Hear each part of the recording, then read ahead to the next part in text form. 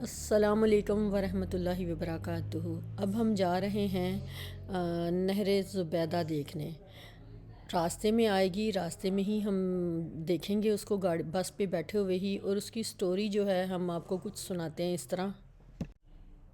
ہارون الرشید نے ملکہ زبیدہ سے خواہش کا اظہار کیا کہ میں آپ سے نکاح کرنا چاہتا ہوں، تو اس نے کہا میرا حق مہر ادا کر لو گے؟ اس نے کہا میں بادشاہ وقت ہوں، میرے لیے کیا مشکل ہے، بولو کتنا حق مہر ہوگا؟ تو ملکہ زبیدہ نے کہا کہ یہاں بغداد سے نہر کھدوائیں گے اور میدان عرفات تک پہنچے گی تاکہ حجاج کو پانی کی سہولت مل سکے۔ اس زمانے میں یہ چھوٹا کام نہیں تھا، بہت بڑا کام تھا، ایک ملک سے دوسرے ملک میں نہر لے کے جانا، پھر سنگلاخ پہاڑی علاقے۔ اس نے کہا مجھے منظور ہے۔ نہر کھدنے لگی۔ جب نہر مکمل ہو گئی اور سارے اخراجات کا حساب ملکہ زبیدہ کے ہاتھ میں جب دیا تو ادھر دجلہ سے پانی چھوڑ دیا گیا تھا، تو اس نے وہ سارے کاغذات یوں پھاڑ کر کے پانی میں پھینکتے ہوئے کہا ترکنا الحساب الی یوم الحساب، ہم نے اس حساب کو یوم حساب پہ چھوڑ دیا۔ اللہ اکبر! آج ہم حساب نہیں کرتے، اللہ بھی ہمارا حساب نہ کرے۔ تو اللہ کی بارگاہ میں جب پیش ہو جاؤ، اس کے راہ میں دو، پھر بے حساب دیا کرو، اللہ ہمارا حساب آسان کر دے۔ حضور علیہ الصلوۃ والسلام جب اللہ کے حضور دعا مانگتے تھے تو یہ دعا بھی کبھی مانگتے، اللہم حاسبنی حسابا یسیرا۔ اللہ اکبر! اللہ کے محبوب ہو کہ اللہ کی بارگاہ میں عرض گزار ہیں، اے اللہ میرا حساب آسان فرمانا۔ سیدھے ہاتھ کی جانب دیکھیں، یہ دایاں ہاتھ جو ہے بالکل پہاڑ کے ساتھ ساتھ یہ نہر زبیدہ کی دیوار ہے، اور اس نہر کا پہلے نام جو رکھا گیا تھا وہ عین المشاش رکھا گیا تھا، پر اللہ تعالیٰ کو شاید اس کا یہ عمل اتنا پسند آیا کہ اللہ تعالیٰ نے اس نہر کو نہر زبیدہ رحمۃ اللہ علیہ کے نام سے مشہور کر دیا۔ اللہ تعالیٰ نے اتنا پسند کیا اس کا کہ آج تک یہ نہر اسی نام سے مشہور ہے، اور 1200 برس تک لوگ وہاں سے پانی سے فیض یاب ہوتے رہے، حاجی جتنے بھی تھے وہاں سے پانی سے فیض یاب ہوتے رہے ہیں۔ مزدلفہ کے میدان میں اللہ تعالیٰ نے سب کو ایک جیسا رکھ کے دکھایا، چاہے امیر غریب بادشاہ وزیر، اللہ تعالیٰ فرماتے ہیں کہ میرے لیے سب ایک جیسے۔ جو حج کرنے کے لیے آئے گا، یہاں پر اس مزدلفہ کے میدان میں ایک رات کھلے آسمان کے نیچے وقوف کرے گا تو اس کا حج ادا ہوگا۔ یہ دائیں ہاتھ پر یہاں سے یہ مزدلفہ کا میدان شروع ہو جاتا ہے۔ یہ سارا مزدلفہ کا میدان ہے آپ کے دائیں ہاتھ پر، سیدھے ہاتھ پر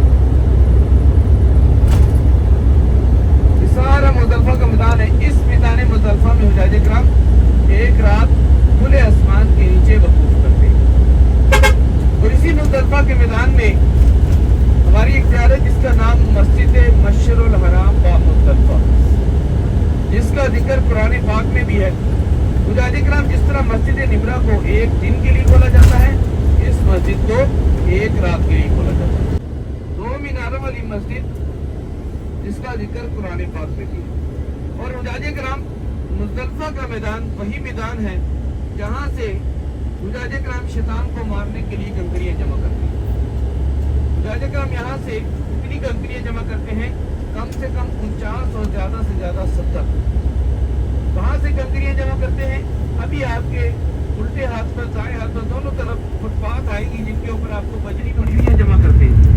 مزدلفہ کے میدان سے کنکریاں جمع کرنی پڑتی ہیں، مینا میں جا کر کنکریاں نہیں ملتی۔ حجاج کرام یہاں سے کم 49 کنکریاں جمع کرتے ہیں اور زیادہ سے زیادہ 70 کنکریاں۔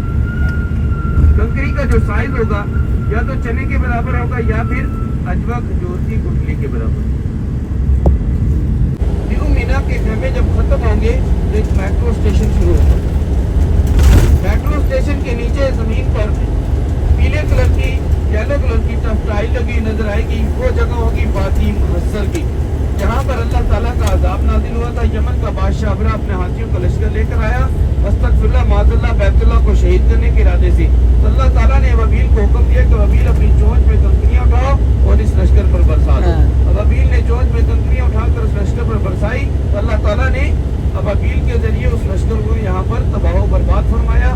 آپ صلی اللہ علیہ وسلم کا جب بھی اس جگہ سے گزر ہوا کرتا تھا تو آپ صلی اللہ علیہ وسلم جلدی سے گزر جایا کرتے تھے اور استغفر اللہ کا ورد کرتے ہوئے گزرتے تھے، جو کہ ابھی دائیں ہاتھ پر آپ کے سیدھے ہاتھ پر یہ جگہ آ رہی ہے وادی محصر، جہاں پر اللہ تعالیٰ کا عذاب نازل ہوا تھا۔ تمام حجاج کرام استغفر اللہ کا ورد کریں۔